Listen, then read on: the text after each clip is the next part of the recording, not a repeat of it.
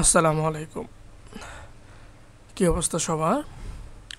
প্রশ্নে দেওয়া আছে x ইকুয়াল -2 হলে 27x³ minus 54x² plus 36x minus 8 এর মান কত?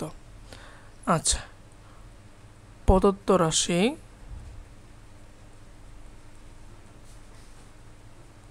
Equal 27x³ minus 54x² plus 36x minus 8।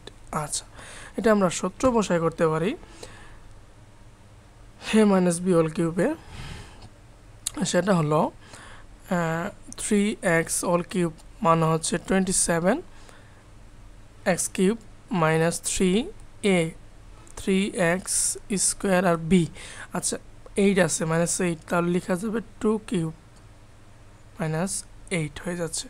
তাহলে 2 প্লাস সূত্রের প্লাস 3a² 3a b² মানে হচ্ছে কি, সহজভাবে লিখলে হচ্ছে 4।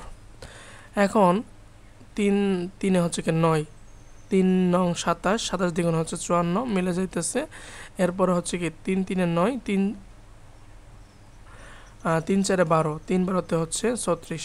ওকে, তাহলে 3x মাইনাস 2 অল কিউব।